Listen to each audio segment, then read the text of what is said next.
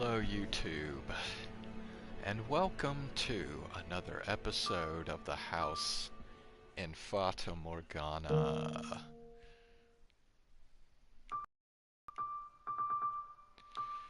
So, in the last episode, um, Mikkel, the swordsman, and Mel all confronted the Lord Jacopo, and it didn't go well.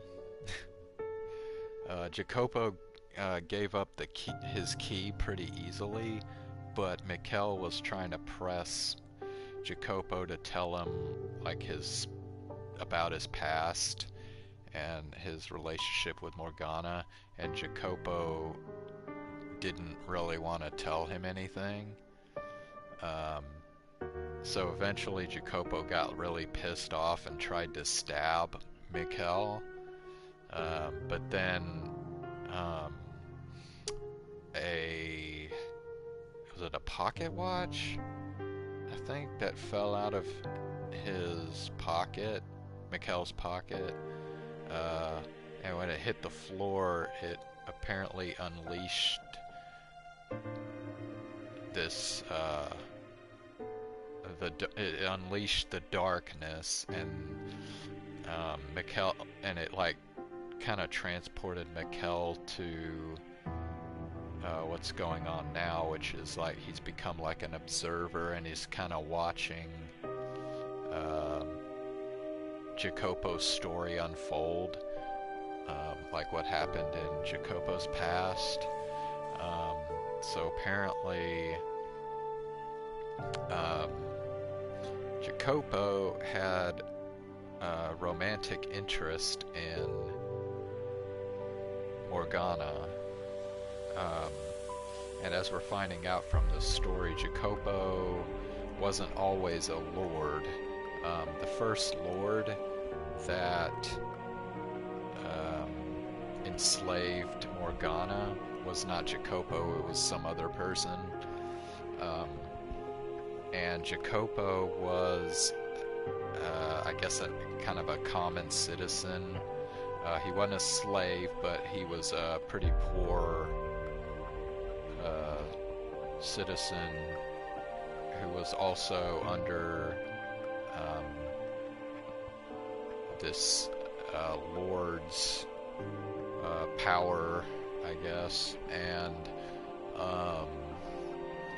so Jacopo, with some other guys, helped stage an insurrection against the Lord, and they approached like this Lord's slaves to see if they would help with the insurrection, and of course they did. And so the insurrection happened, and all the slaves escaped. Now they didn't actually like kill the Lord or anything. Like the Lord still, I think, has power over the land, but the slaves did escape successfully. So that's the point when I think Morgana went to the brothel, and she was like living with Maria and some of the other prostitutes there.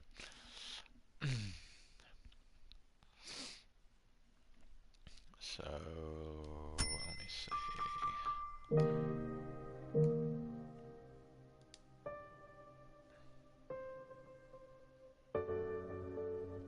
Okay, I'm trying to remember where exactly this is now in the story.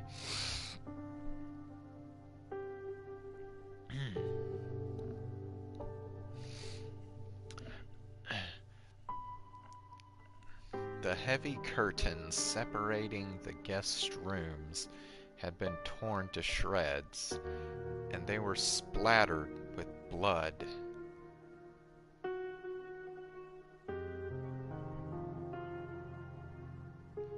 Oh wait, are we... Fuck, I can't remember if we're back in the room where Jacopo and Mikkel were meeting?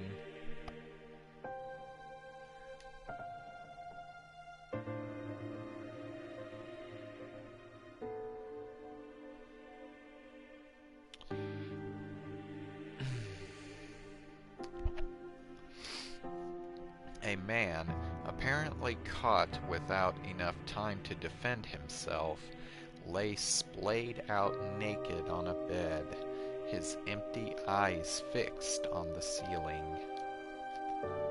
The whole area reeked of blood.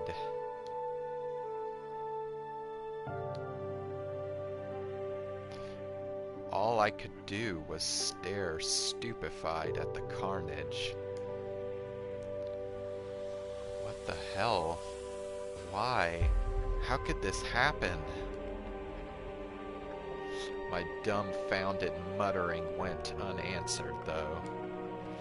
The few who were still alive could no better make sense of the incomprehensible massacre than me.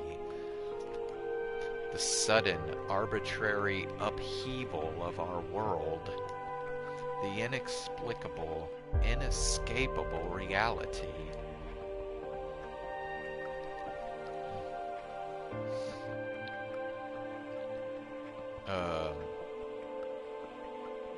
Oh, okay, I think this is like the brothel getting attacked here. Shortly after Morgana stepped out, I heard a woman scream from the front of the brothel. Next, a man shouting. At first, I assumed it was one of the customers losing his temper over something. But the tone of the scream seemed somehow off for something like that. It wasn't long before the noise had escalated to alarming levels, so I dashed toward the source of the shouting. A good dozen men, bandits, or maybe thieves, they seemed more organized, had raided the brothel. They slaughtered all the customers, stripping them of any valuables. And they tied up the girls, killing any who resisted. The first thought that rose to my panicked mind was that I needed to find Morgana. I needed to get her out of here, no matter what. I couldn't let her birthday turn into a tragedy. Oh yeah, that's right. Okay, they were celebrating Morgana's birthday, and then the brothel got like ransacked. She had already been through enough, and I had to make sure she didn't suffer any further. I had to make her life into something good. I searched and I searched, but there was no sign of Morgana anywhere, until suddenly something seemed to crash into me from behind, causing me to stagger. It took a few seconds for the pain to set in, which is when I looked down to see the tip of a blade sticking out of my gut.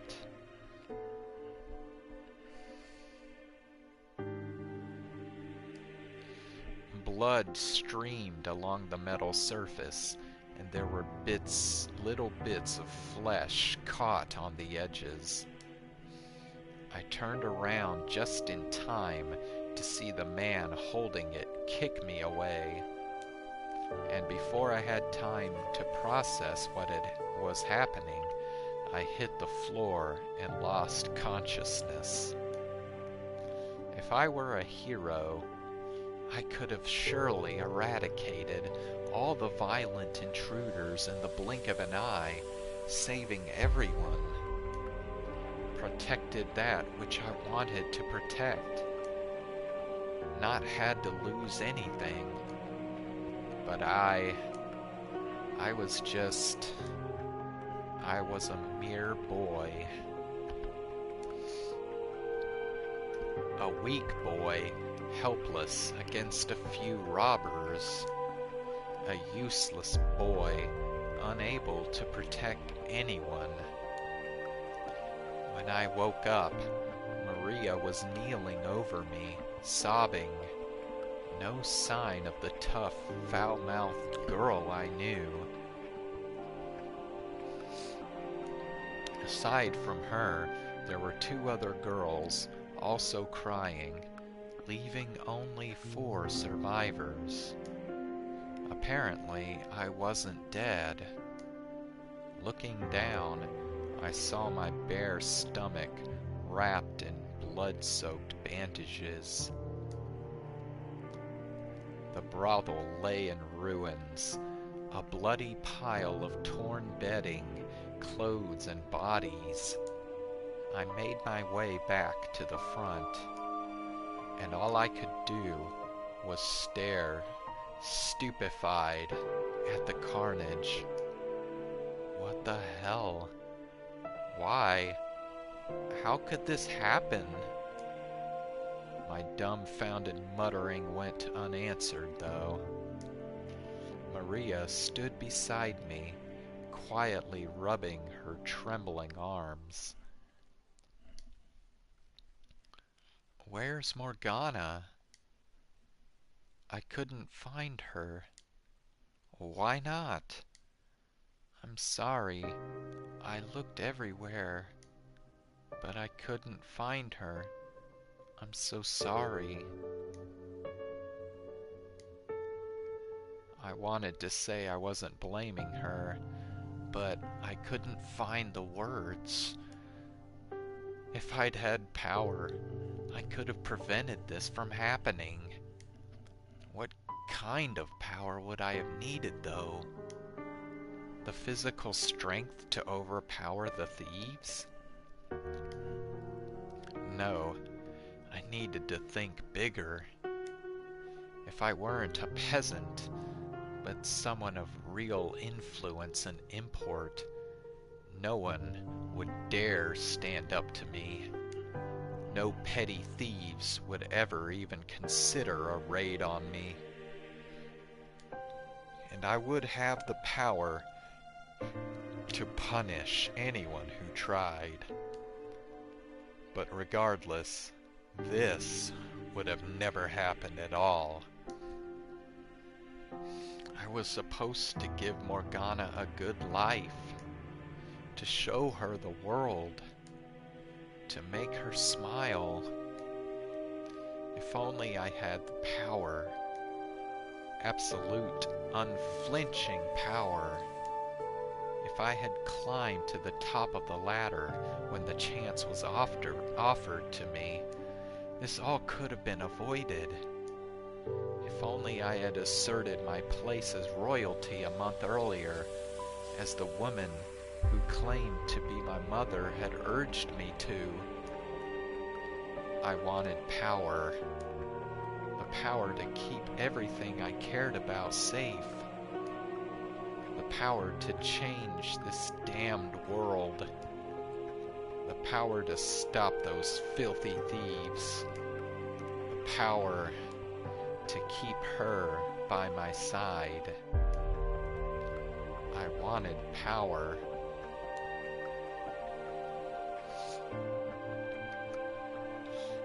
I heard about the attack on the brothel, and that you were hurt.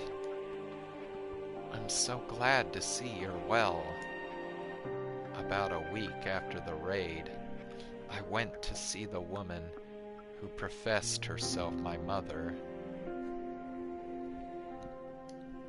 As you would expect of someone who had served at the old lord's manor, she was very elegant and graceful.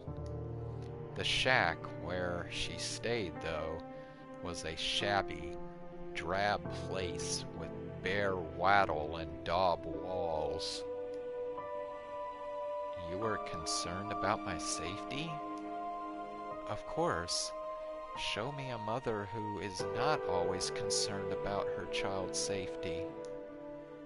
Says the woman I'd never seen until a month ago. Physical distance has no bearing on a mother's love, she said with a soft smile. Age had clearly begun taking its toll on her, but I could see hints of former beauty. If you had gone to speak with the Lord and revealed your lineage when I first came to see you, you would never have been in that kind of danger. There is still time. Go to the Lord's manor. Show him. I'm not really your son, am I? The woman fell silent for a moment, observing me. I could see the resemblance between us, yes, and I had no memories of my mother. It would be nice if she were to show back up someday, but it just wasn't likely. This whole thing felt extremely contrived. Discussions will progress much smoother if we both know what the other wants out of this arrangement. Start by telling me who you really are. Were you actually a maidservant for the previous lord? She gave a nod, then walked over to a grimy shelf and retrieved a ring that looked very much out of place. It was made of gold, engraved with an elaborate insignia. Look at this. It's the Barnier family crest. The previous lord gave me the ring as a gift, and I've kept it ever since, even after our relationship was discovered and I was chased out. I didn't sell it because I knew I was with child.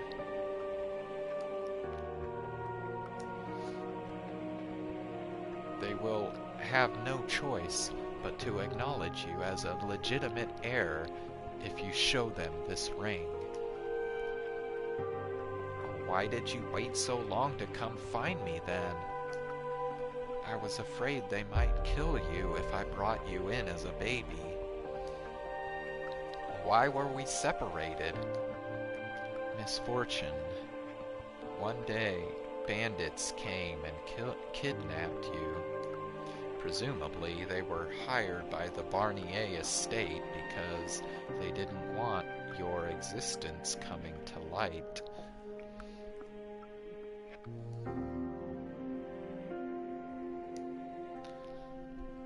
I consider it a miracle you're still alive. I can only imagine the stern look on my face as I listened to the woman speak. Part of me did, indeed, want to take everything she said as true. Wanted to believe I was someone important. But I couldn't convince myself I had anything other than a commoner's blood running through my veins. It would appear you've done your research. I don't have any other family, to the best of my knowledge, which does indeed make me a good candidate for you to step in and claim your stake on.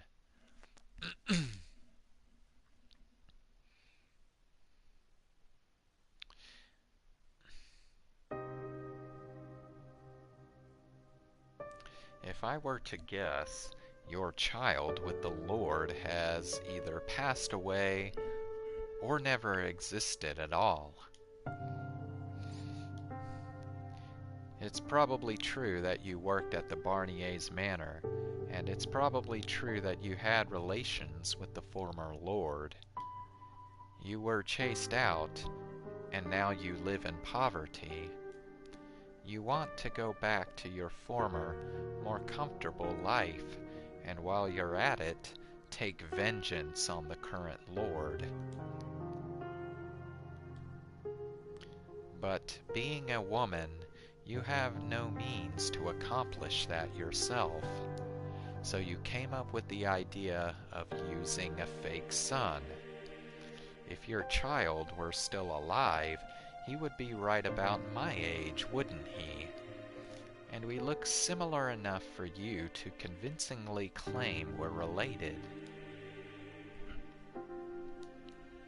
But the biggest reason you chose me is because I've made something of a name for myself. Because I was one of the people involved in inciting the revolt 3 years ago. The perfect choice to spearhead a revolution. How dramatic. The man who set the Lord's slaves free was secretly his family. The people would eat it right up. So, how far off am I? For some time, the woman sat in silence. Eventually, she broke it. Not by yelling in anger or desperately trying to refute me, but with a smile. I knew very well what lurked behind that smile, too. Scorn.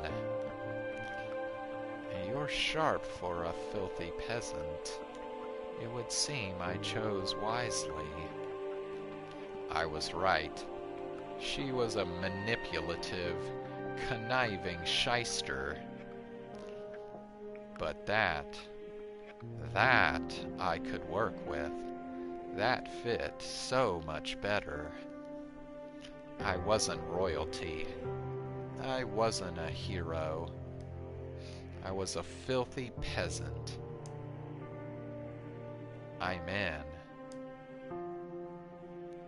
The first thing I did after agreeing to work with the woman was not to approach the Lord, but to reveal my false lineage to my accomplices. They all thought I was joking until I showed them the ring. Then their dreams of revolution started seeming far more realistic. Maria was the one exception. Not only did she not believe me, she tried to stop me from going through with the scheme. Haven't you had enough danger for one life? Come on, forget about all this revolution stuff. We can build up a new brothel and just stay low for the rest of our days. Does that really sound so bad? You're the only friend I've got left, Jacopo, she said, somewhat desperately. I sympathized with her concerns, but I didn't want to let this chance to gain some real power slip away. I was done having things taken away from me.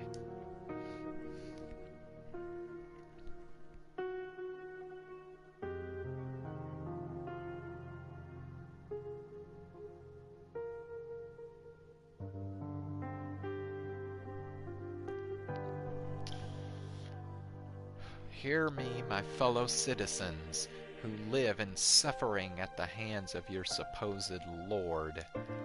Within me flows the blood of the previous Lord. I am the rightful heir. Behold, the Barnier's golden ring, proof that I am of noble birth. Victims of this terrible tyrant, the time has come to start anew, and I shall be the one to lead you down that path. The poor, the hungry, the deprived, all of you, stand with me. My call to arms stoked the flames in the people's hearts. When the assault on the Lord's manor began, they were an inferno of righteous justice. No one was thinking straight. I was about the only one with something resembling a clear head amidst the chaos. If I were really a hero, then I would have rejoiced in that glorious day, that momentous turning point in the city's history. I would have been honored to have led the charge. But this was all about one woman's avarice and desire for vengeance.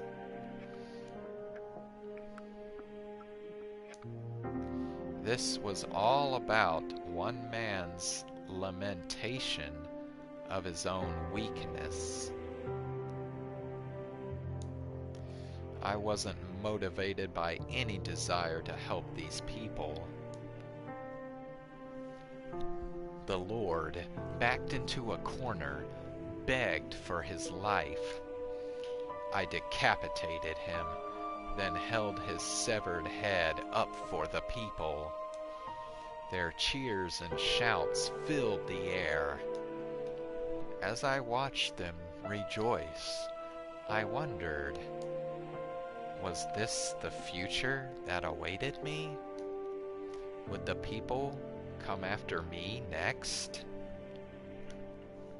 Was my head going to be in one of their hands one day? The king and the other counts acknowledged my royalty, though it was less because I had the Barnier's ring, and more because they thought that was the best way to prevent things from getting any messier. So with their approval, I formally became the lord of the land. I also assumed the former lord's name, because despite his reputation with his people, it was a name people knew, and one that held far more clout than my own. And just like that, my long-time dream of power had come true. That said, simply becoming the Lord didn't mean everything had fallen neatly into place. Many of the local noble families accused me of acquiring my rank illegitimately. They waited, fangs bared, for me to slip up. They even tried to set me up on more than one occasion. I couldn't trust anyone. On top of that, if I took too long making the improvements I had promised the people, they would start saying I was just as much of a tyrant as the previous lord. There was only so much I could do at once, though, especially with my hands so full fending off the vulturous nobles. Exhaustion soon began to set in.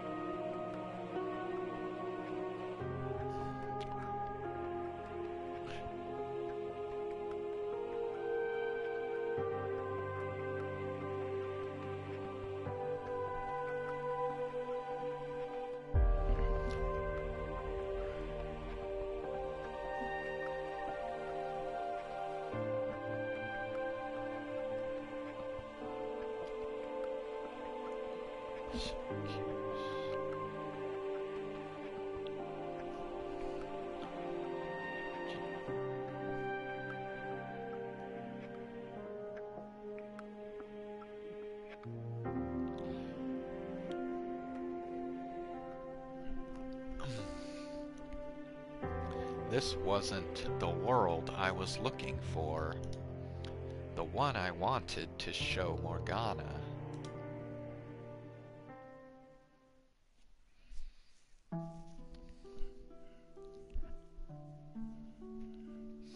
It was day after draining day of betrayal, constantly having to look over my shoulder, fighting to meet unrealistic expectations. I was starting to lose sight of who I was as a person. I couldn't let anyone see me looking weak. They would see it as an opportunity to take advantage of me, to manipulate me, to eliminate me. I needed power to protect myself from those people. Attaining rank was only the first step. I needed even more power, enough to ensure no one would ever be given me orders, could ever play me for a fool. I turned my attention first to bolstering the economy. I provided subsidies to merchants in the city. I expanded trade routes. I made it known that people of any skin color, even those not welcome in other territories, were welcome in my land, trying to bring some vitality to the city. The previous lord had evidently loved to throw parties, squandering away nearly all the tax money on his own entertainment.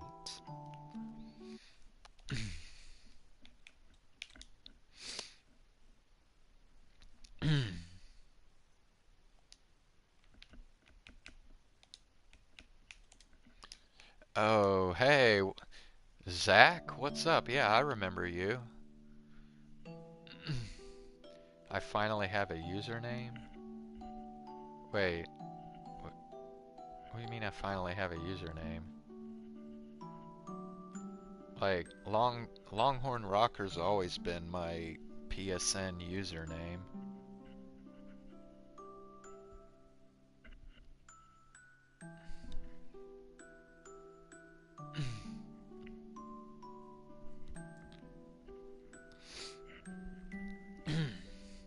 Yeah, dude, I'm playing Persona 5. Oh, yeah, my YouTube. Yeah, I was just Michael5025 before, but yeah, I changed it. Yeah.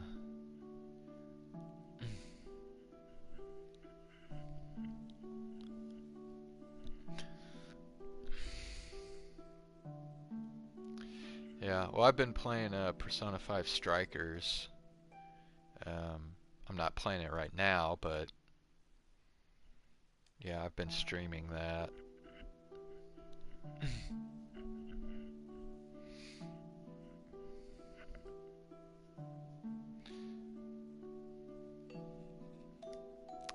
If he had left me more to work with, I would have used it to clean up and repair the slums.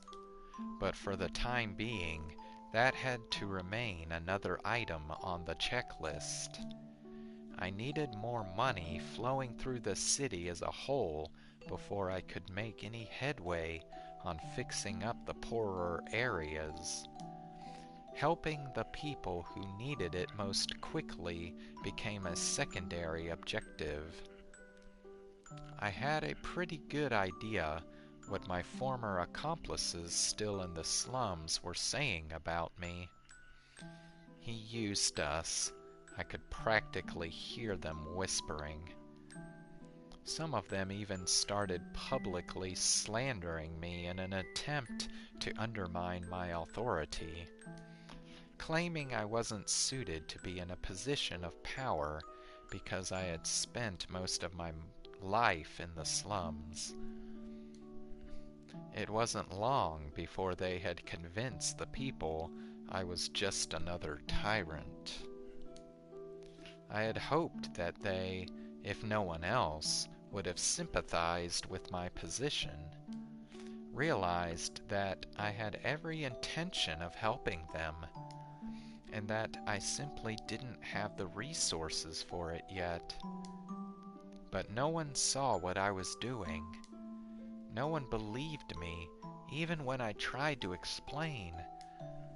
In one case, I invited an old companion to my manor to discuss matters, but the meeting only turned into an attempt on my life. having absolutely no one I could trust, no one I could call an ally, hit me a lot harder than I had expected. It twisted my worldview beyond recognition. I had no need for sympathy. I couldn't show care for anyone, otherwise someone would inevitably use it against me, old friends and strangers alike. In fact, those who knew me best, those who were aware of where I had come from and what I had been before, were the ones who fought the hardest to tear me down.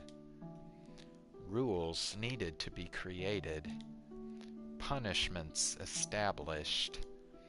I couldn't allow anyone to take this power from me, anyone who so much as suggested I had come from the slums. Anyone who dared disrespect me had to be eliminated. All threats exterminated before they could reach me.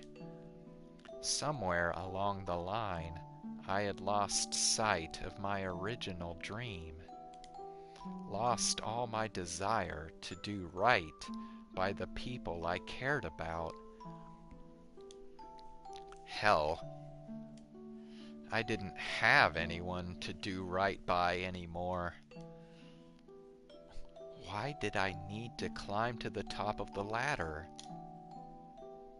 So no one could kill me. Why did I want money? So no one could mock me. Why did I want power? So no one could oppose me. 4 years passed,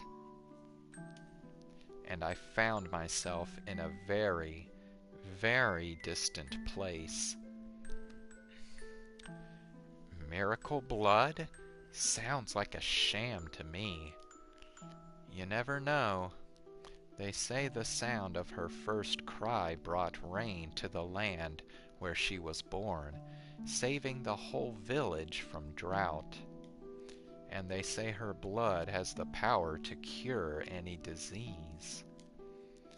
One day, a curious rumor came to my attention, the kind of whispering I wouldn't usually put much stock into.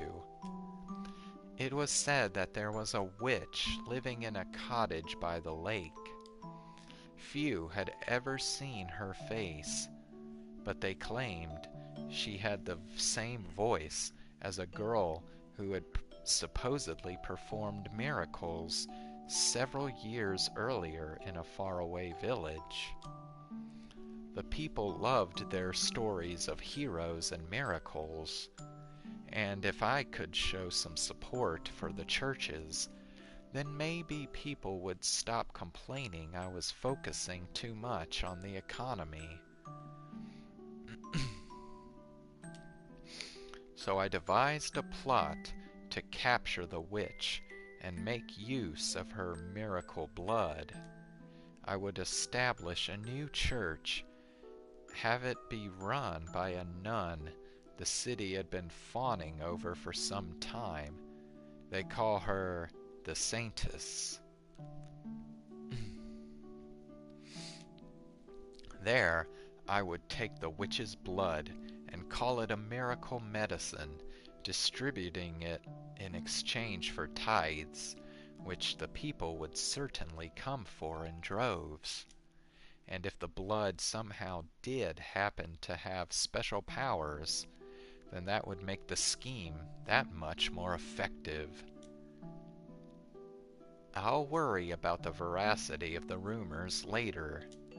Right now, all I want is for you to capture her and bring her to me.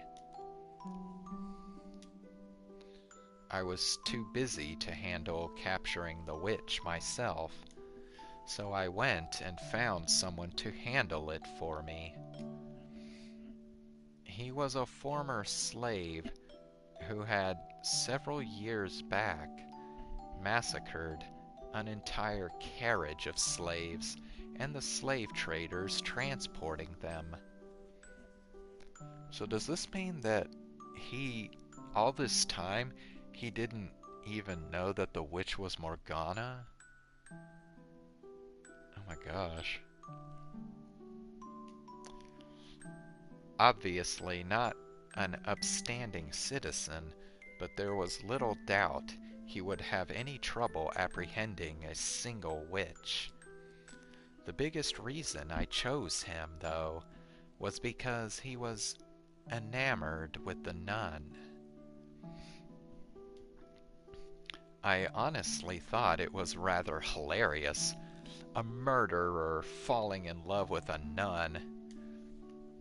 I had been expecting the man to object, but he agreed almost without hesitation. There was a mansion on the outskirts of the city, which the previous lord had built for himself and had gone unused since his death. It was there I decided to keep the witch, and it was there I decided to establish the church. The nun would have ample space there to provide temporary shelter to the sick and needy.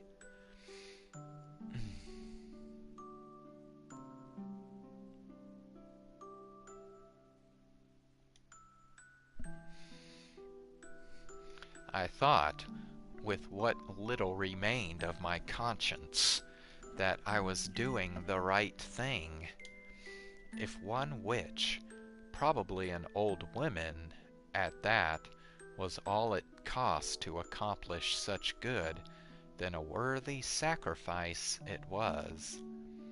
In an ideal world, it wouldn't matter young or old, a human being was an unacceptable price for anything. But this was far from an ideal world, so I decided that taking what little remained of this woman's life was the best, no, the only acceptable course of action. She would probably despise me for it, but I would gladly accept her hatred in exchange for the benefits her blood would bring the city. It's our responsibility to offer a helping hand to the sick and the poor, to pray for the abandoned souls. Morgana's words from years back popped into my head. I believed that, as aggressive, self-centered, and utterly lacking in compassion as my methods may have been, I was following that mantra.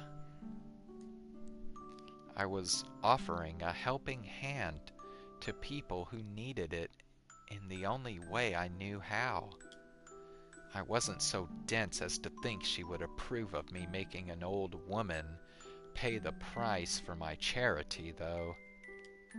Doing this made me no better than a thug. But everything has a price.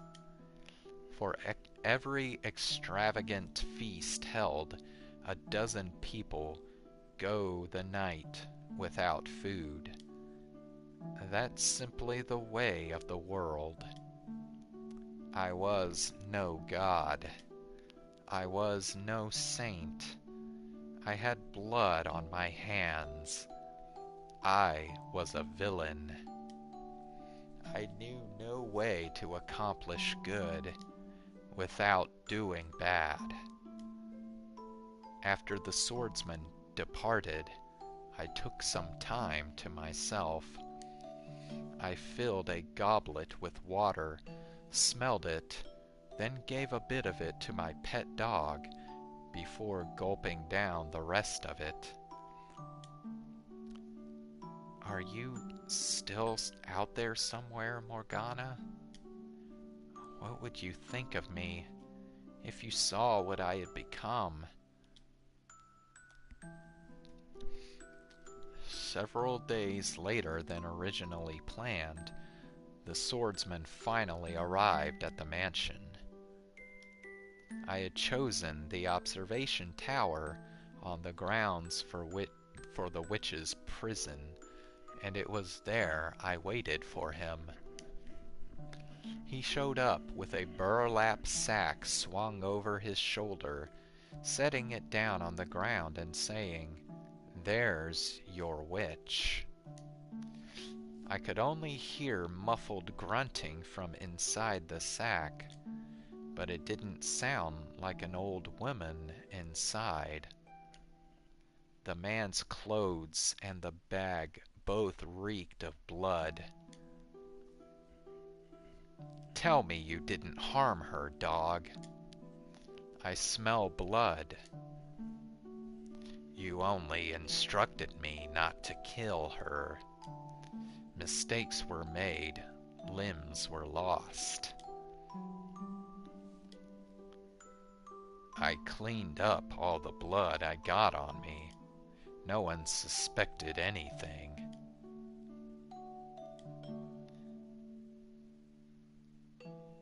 "That you were able to immediately recognize it as the smell of blood says quite a bit, Lord."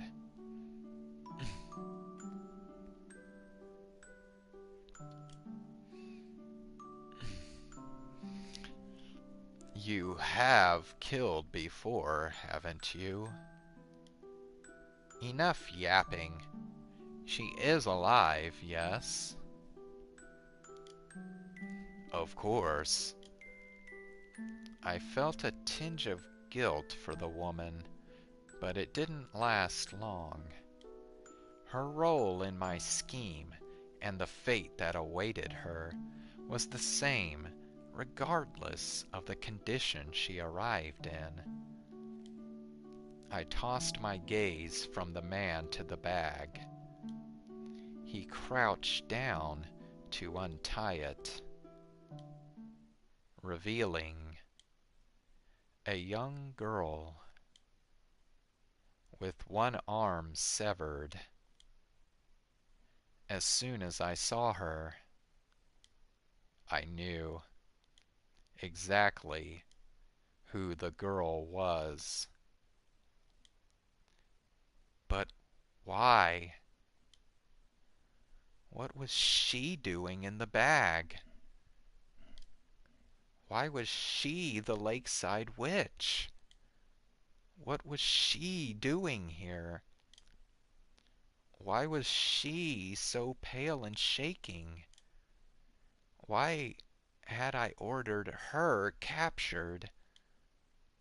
How could I have done that? How could I have let this happen to her? Morgana. My voice was hoarse and rattling. She looked up at me, her face just as disfigured and hideous as it had been 4 years before. My mind flashed back to her birthday.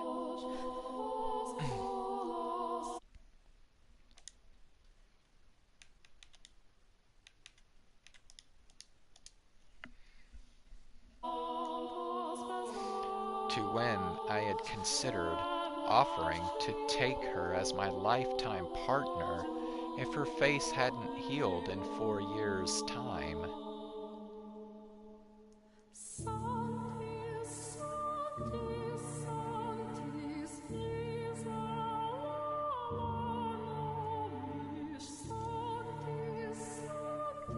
"Is that you?" Her question yanked me out of my memories. You remember me?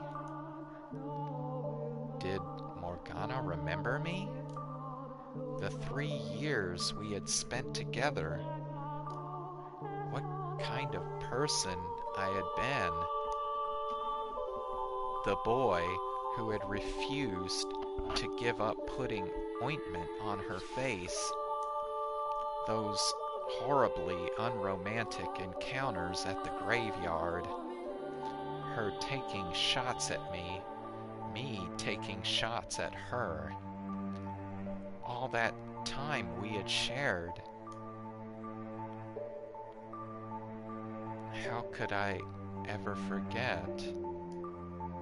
Morgana, she remembered me?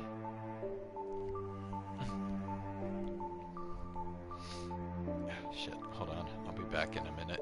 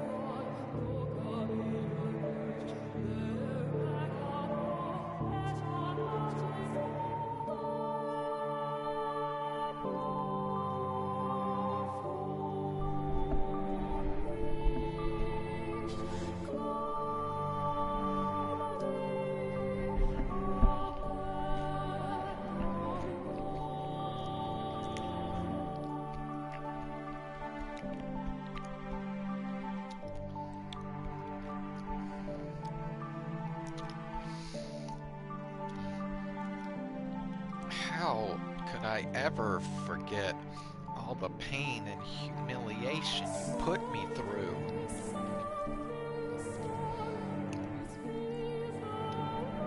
How could I ever forget the blood sabbats you so loved to hold? What? What was she talking about? Haven't had enough, have you? Leaving scars on every inch of my body wasn't enough for you? You haven't had your fill of my blood? No, that wasn't me. I was the one who had tried to heal those wounds. You're the man who bound me, cut me up, called me a witch, and then tried to kill me. I haven't forgotten you even for a moment. No, Morgana. I was the man who rescued you from him. I don't care how much my father preaches forgiveness. That's the one thing you'll never get from me. I despise you with all my soul. I reviled you with every fiber of my being. For every scar you gave me, I give you a lifetime of hatred. No, Morgana.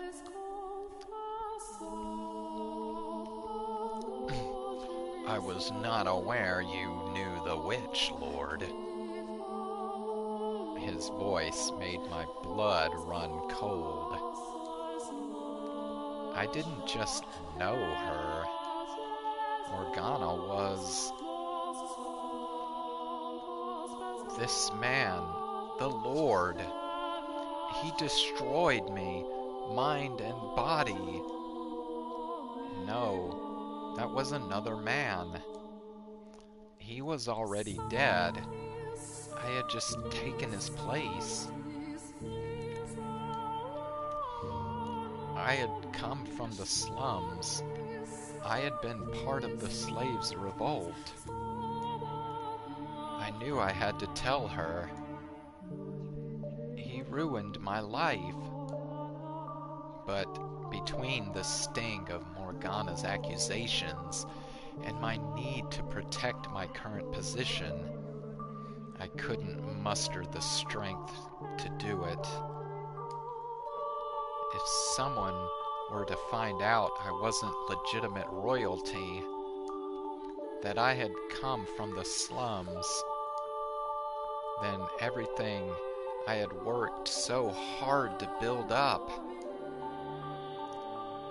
To build up for who, though? Would come crumbling down.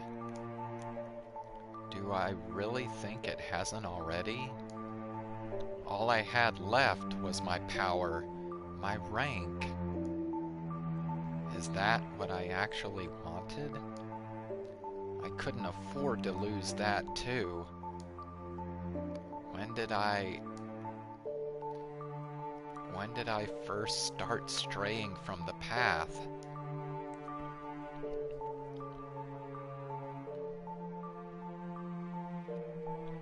Yes, I know her. Or I knew her years ago. I see. What do you want to do then, Lord? You look sick. This doesn't change anything. We lock the witch up and proceed as planned. Holy shit, dude. He fucking turned his back on her.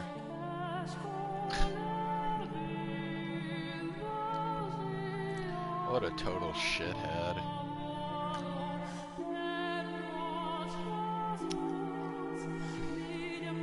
Why? Why couldn't I tell her the truth?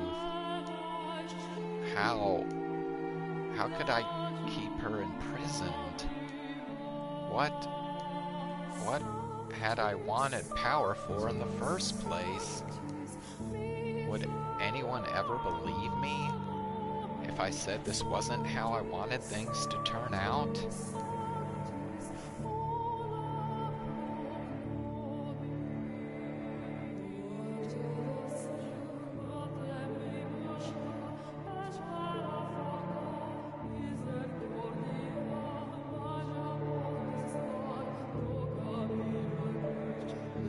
Would anyone ever believe me?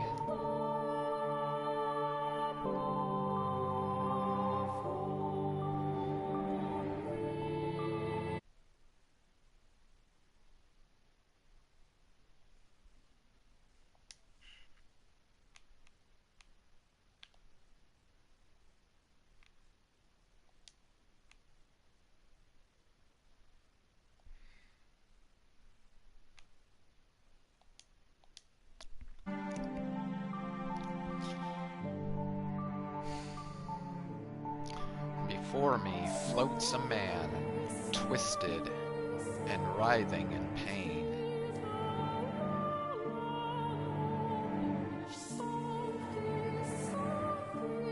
Although, whether what I'm looking at could be said to resemble a human is a difficult question. It's a hazy, indistinct shape on the precipice of being consumed by darkness everlasting. I know very well what I'm looking at. The moments before a man's soul shatters. Did I do the same thing to him that Morgana did to me? Was it I who summoned the darkness?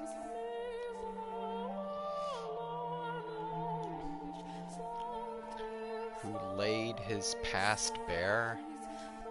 Who forced him to relive those events, to experience once more everything he felt, everything he thought?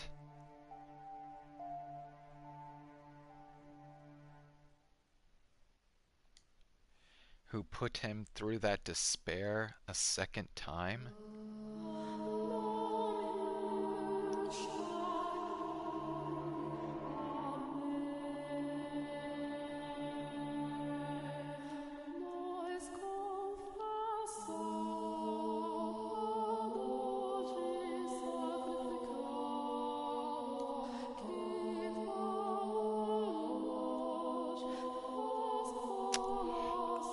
Okay, wait, I think this might be Mikkel speaking again. I can only imagine how he must have felt. Causing someone he once cared for so much pain. The things he did are abhorrent, more than deserving of reproach. And it would undoubtedly be easier for him to simply vanish into the eternal abyss. But I can't allow that to happen. He still has work to do. His story is essential. It's almost certain Morgana still doesn't know who he really is.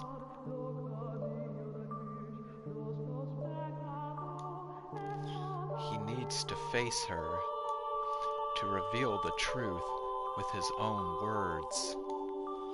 That's the only way we're going to get her to have a change of heart. That's not all he has to say to her either. So I must bring him back, pull him out of the darkness. I grab the man by the arm and begin scouring the blackness for an exit. After some time, I see a speck glistening high above, so I make my way upwards, back into the harsh light of the real world.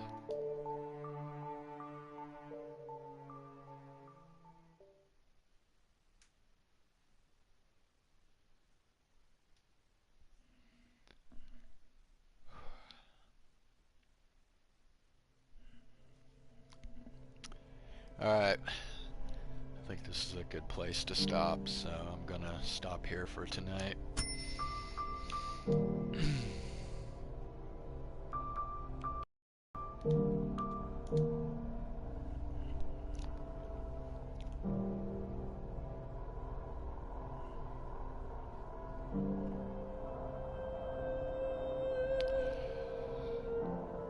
Well, this is certainly going to be a really interesting ending. We're getting pretty close now.